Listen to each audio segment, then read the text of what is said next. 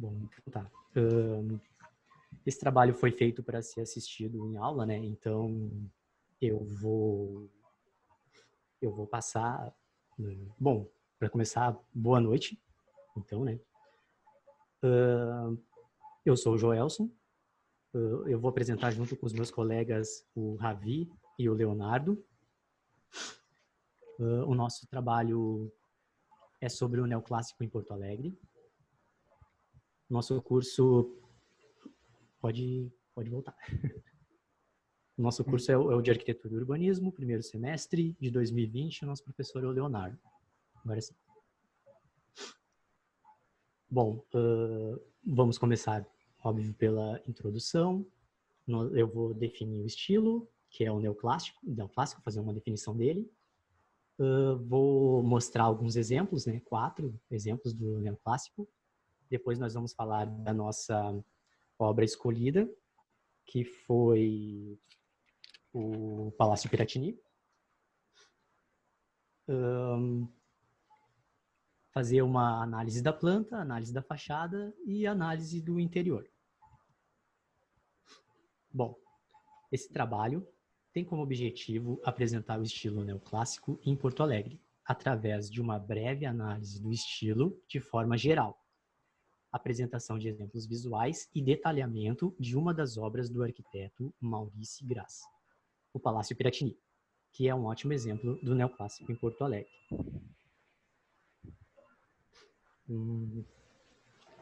Bom, o neoclássico é um período logo após o Rococó. Ele busca a recuperação, né? Recuperar a antiguidade clássica. E assim, eu acrescentei uma coisa aqui. Da mesma forma que em vários outros períodos, o clássico é o estilo escolhido como belo, e vem para substituir a decadência e os exageros do estilo anterior. Bom, por que eu digo isso, né? Todo estilo, quando ele é característico, ele tem um lançamento, uma arrancada, assim, aonde aos poucos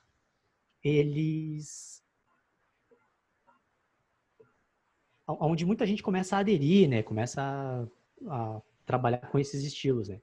Então, ele tá todo estilo, todo característico, como, por exemplo, o bizantino, né?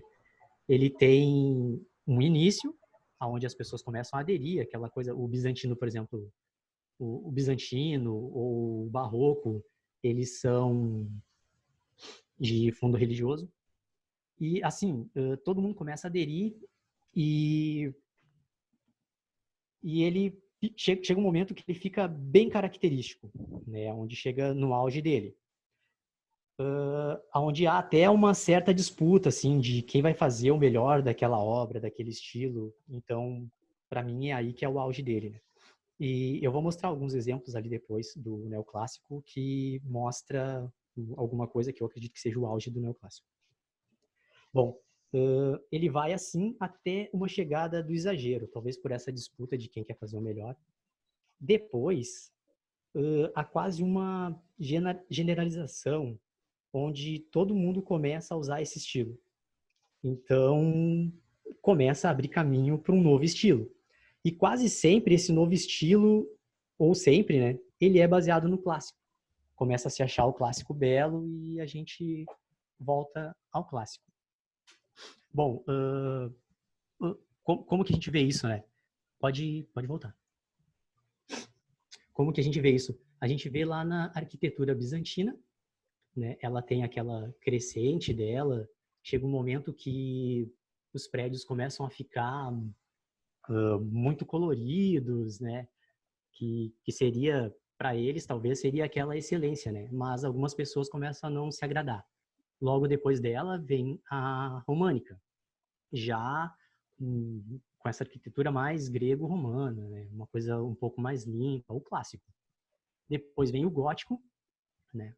E o gótico tem aquela verticalidade, chega um momento também que começa a disputa, uma pessoa quer fazer mais alto que a outra, um prédio mais alto, e vem depois o Renascimento. O Renascimento à volta dos clássicos. Depois acontece a mesma coisa, depois do Barroco, o Rococó, no Neoclássico acontece isso de novo. há um exagero do barroco. O rococó, ele já mostra alguns indícios de que de que as pessoas talvez não querem aquele exagero do barroco. Então o rococó, ele já é um pouco mais limpo que o barroco. Mas depois vem o neoclássico para alinhar isso. Isso junto também com o estudo, né? Que a arquitetura começa a ser mais estudada no período do neoclássico, né? Já tem muito mais gente estudando. E aí, depois disso, já começa a arquitetura historicista, né? Onde o pessoal já está estudando. Daí tem o neogótico, o neobarroco, aí já há a influência do estudo, né, em cima da arquitetura. Depois vem o ecletismo, onde acabam misturando tudo. Mas isso tudo para dizer que a arquitetura, ela volta para o clássico. Voltou na românica, voltou na renascentista e volta agora com a gente no neoclássico. Pode passar. Bom, as características do neoclássico, né? Ele tem uma clareza construtiva, né? É fácil de entender o que está sendo feito. Uma inspiração na arquitetura clássica, né? A volta do clássico, como eu falei anteriormente. O uso das formas geométricas, geométricas espaciais, né? Pirâmide, cubo, esfera. Utilização de pedras sofisticadas, como o granito e o mármore, né, que era bem utilizado. As paredes eram revestidas com cores suaves, né, elas podiam ser pintadas também, mas nada de escandaloso, como no barroco. Né? No barroco há aquele exagero, lembrando que o neoclássico a gente está voltando para o clássico. Né?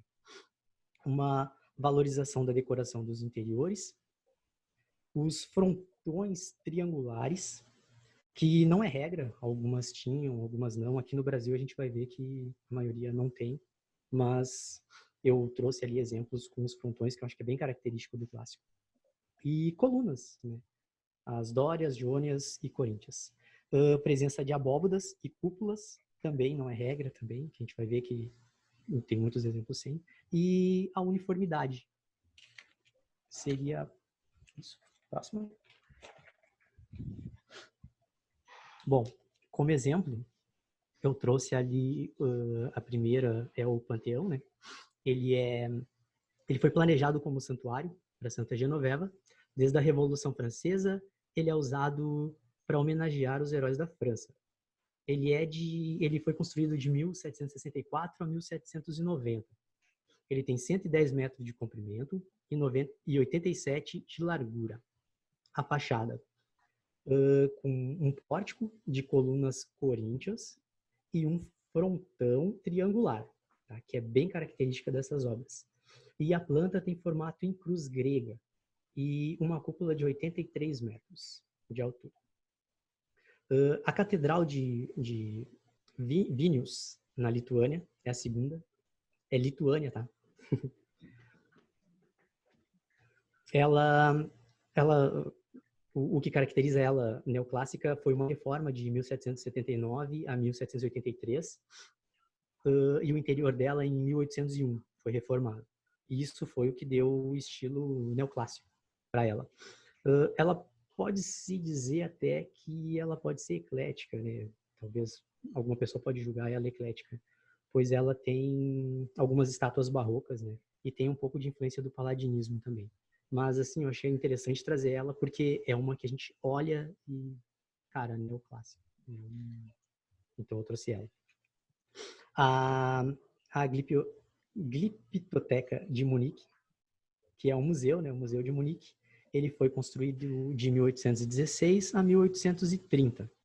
E também ele é bem característico, ele tem todas essas características que eu citei. E a Igreja de la Madeleine, que a gente olha para ela, é um templo romano, né? É um templo greco-romano. Então, ela também tem todas as características. Próximo. Bom, o neoclássico no Brasil. Então, ele surgiu no Brasil em 1750, quando o Marquês do Pombal enviou arquitetos ao país.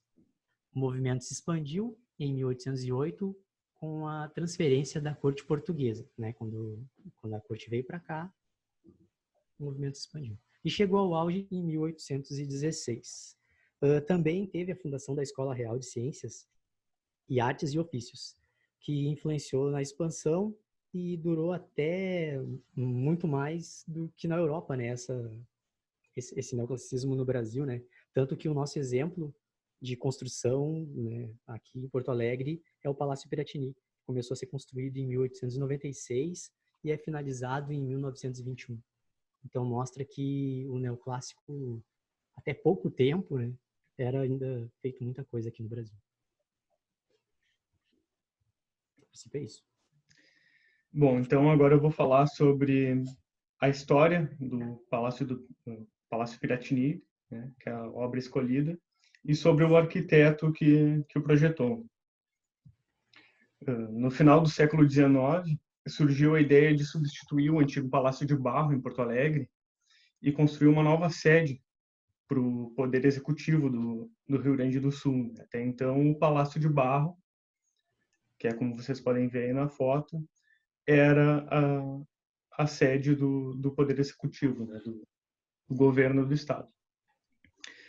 Com isso, então, começou a construção do Palácio do Piratini no ano de 1896.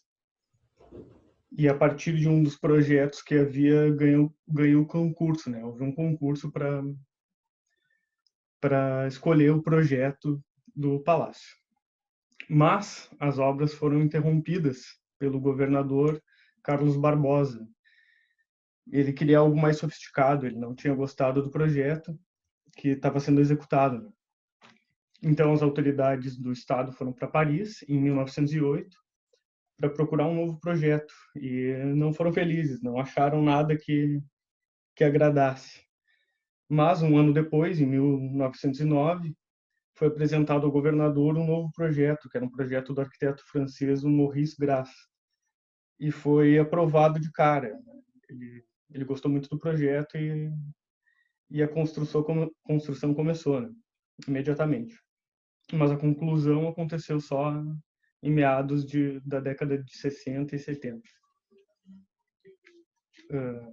O arquiteto Maurice Grasse se formou na Escola de Belas Artes de Paris e o Palácio Piratini foi o principal projeto dele, que inclusive foi publicado na Exposição de Paris de 1922 no catálogo de arquitetura. Ele é coautor do projeto do Hotel de la Société de Géographie em Paris e trabalhou na cidade como inspetor de edifícios para o governo. Ele fez diversos projetos para igrejas, escolas, residências, mas a maioria disso foi perdido na Primeira Guerra. Ele também foi presidente da Associação Francesa de Arquitetos. E o palácio segue sendo a sede do Poder Executivo Gaúcho, né? Fica na Praça Marechal Deodoro, que a maioria aqui conhece como a Praça da Matriz, no Centro Histórico de Porto Alegre. Agora o Leonardo vai dar a contribuição dele. Bom, agora aqui a gente consegue ver a planta do pavimento principal, né? Onde a gente tem as três principais entradas, que é para captar quem vem pela rua. Depois a gente também teria duas entradas laterais, que é para captar quem vem hoje em dia, né, no caso de carro, que são entradas cobertas.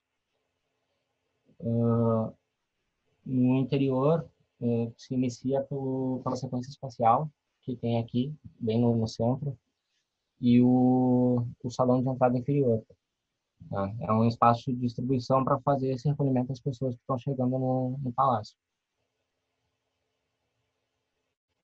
Então, entrando direto, a gente tem a grande escadaria aos fundos, que é uma escadaria que está inserida em volume de dupla altura, totalmente branco e com decoração em ordem coríntio, que realiza a transação e ascensão até o grande salão de recepção.